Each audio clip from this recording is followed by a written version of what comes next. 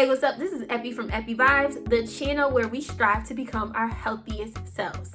Today, Candida yeast is the topic for discussion. I recently discovered that I have a fungal infection, a Candida yeast fungal infection in my body, and it's causing me gastrointestinal issues, and it's immensely irritating, but I suspected that it was a thing.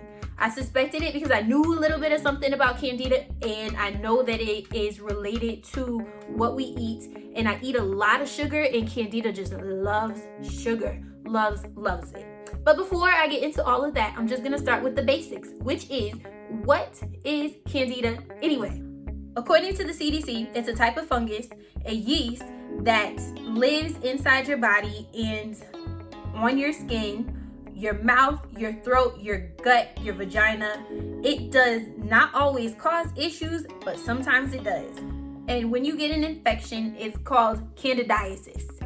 Candidiasis. It is a hard to pronounce word. If it really grows out of control, it can infect your internal organs as well as your bloodstream. All right, but don't freak out yet. Don't freak out yet, because that doesn't happen with most people, right? I do want to mention that there is an invasive Candida yeast, and you can find out more about that on the CDC website. It goes beyond the scope of this particular video. This particular video, I'm just going to share my personal journey as well as infuse what I know so far about Candida. I know that Candida can manifest as a yeast infection. It can manifest in your throat as thrust. And it can cause you to have things like athlete's feet. It's manifested on my foot. It looks like my foot is rotting. So this is not just a little bit of an infection going on. It looks really crazy. So I'm trying to heal within so that I can then heal without as well. The first step is for me to starve these little suckers because they're overgrown in my gut. As with anything, you have to balance the bacteria and the fungus in your gut microbiome. There is a great book on it. I will point to it here.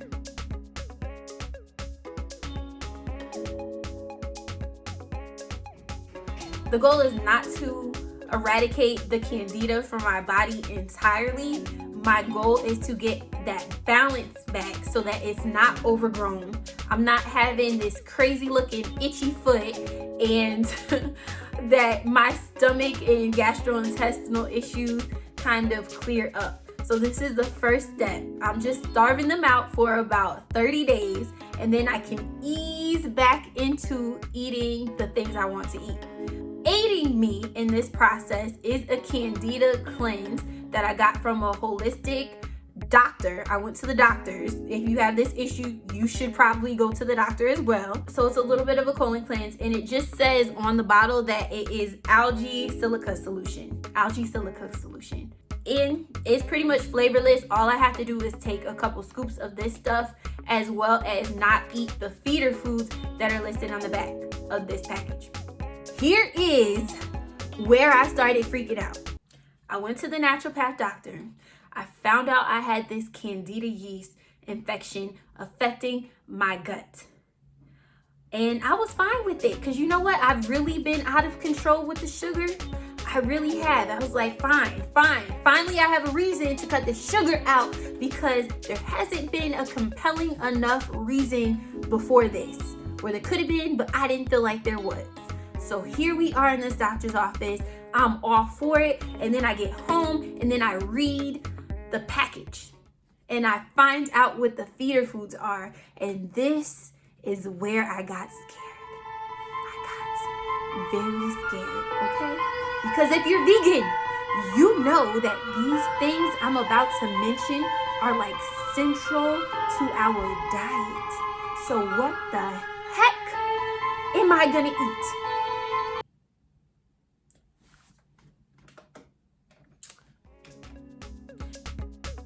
Okay, so here's the list of things that I just cannot eat. Sugar. I love sugar. Corn, potatoes, alcoholic beverages, juiced fruit, legume beans.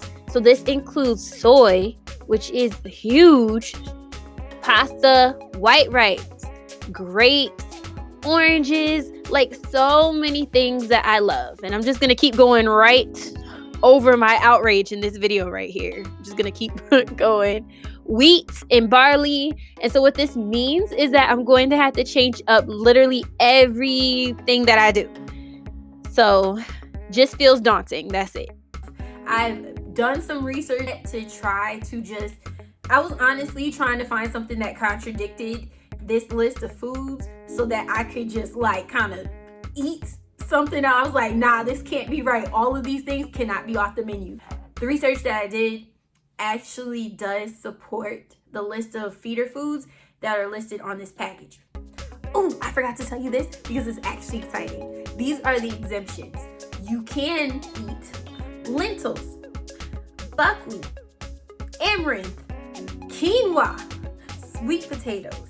So basically, I have been eating yams every single day for at least 2 meals, to be honest. I looked up oatmeal. Some people say don't eat oatmeal. Other people say eat oatmeal. I'm eating oatmeal. That's my conclusion. I'm eating oatmeal, okay? I bought an eggplant the other day. I made something with eggplant. I've been eating quinoa on a regular, making like stir-fried quinoa and just putting veggies, as much veggies as I can on quinoa. Guacamole without sugar has really become my friend. I'm topping that on everything. Salsa, putting it on everything. So these are just some things that you can think about. So basically, I'm eating a lot of roasted vegetables. And it's tasting pretty good. I'm just also missing things like bananas, which I usually put in my smoothies. So I've really been trying to figure out a way of getting out of cooking and trying to find some type of restaurant that is compliant with this diet. The only thing I found is Ethiopian food. So I eat stewed lentils and I also get their mixed greens. So there's like this collard green mixture that I like, as well as cabbage. But skip the bread, the injera, because it has yeast in it and it's going to feed the little fungus in your gut. So the good thing about this is that I am learning different types of foods that I would not have thought to eat before. This goal is bigger than my current desires, okay? It's bigger than my current desires. Also, reluctantly, your girl is having to learn how to cook. Yes. You know what? Honestly, I don't want to have to always cook crappy food and just force feed myself that. So this should be a positive thing. I'm learning how to cook new foods. I will show you all this failure food because if you know how to finesse food a little bit better than me, you can probably recreate this at home. It tastes pretty good it would have tasted good if it was done properly. And it was just quinoa, eggplant, and some mashed up yams that I had left over. And all together, it was pretty good. The eggplant was dry as hell. And the one condiment that has been saving me is this mild hot sauce. I put it on everything along with guacamole and salsa. And that's really been getting me through. So those are some recommendations. I've also noticed that I have way less sugar cravings than I normally have when I quit sugar. Usually the little cookies and cakes are calling my name, but the cravings have pretty much dissipated. When I get a little bit stressed or like anxious, they do come back, but that's just because that's usually how I deal with my stress and anxiety, is by eating sugary foods. So I just kind of had to retrain my brain and get out of that habit. So the sugar cravings have definitely decreased. Another thing to consider is that this is not long term. Like you cut out, or according to my little cleanse, I only had to follow this very strict diet for about 30 days. After that, my body should be in balance. The candida is still there, but again, in balance. And it's not a forever thing. It's just right now to give me a healthier boost. I'll leave my house at like 8 p.m. and dash over to Whole Foods to get cookies. I do stuff like that. I haven't been doing things like that anymore. I haven't. I feel like I have control. I see ice cream in the fridge and I just keep it moving. I haven't even licked it, not even licked the top of it. So I'm doing really good. So this is super empowering and I want to be encouraging. Stick around. I'm going to go through what I'm going to be eating next week. This diet does require planning or you are setting yourself up for failure. So I'm going to go over my diet. Hopefully it's helpful to you and it gives you some ideas about how you can follow Candida diet when you are plant-based eating. If you found any valuable information or learned something new, please go ahead and hit that like button. I appreciate it. Please comment down below about your own sugar journey or if you've had experience with Candida overgrowth in your body. I would love to hear about it. And hit that subscribe button if you are the type of person that is on the journey to become your healthiest self. Until next time, take care. Have a wonderful Candida balanced day.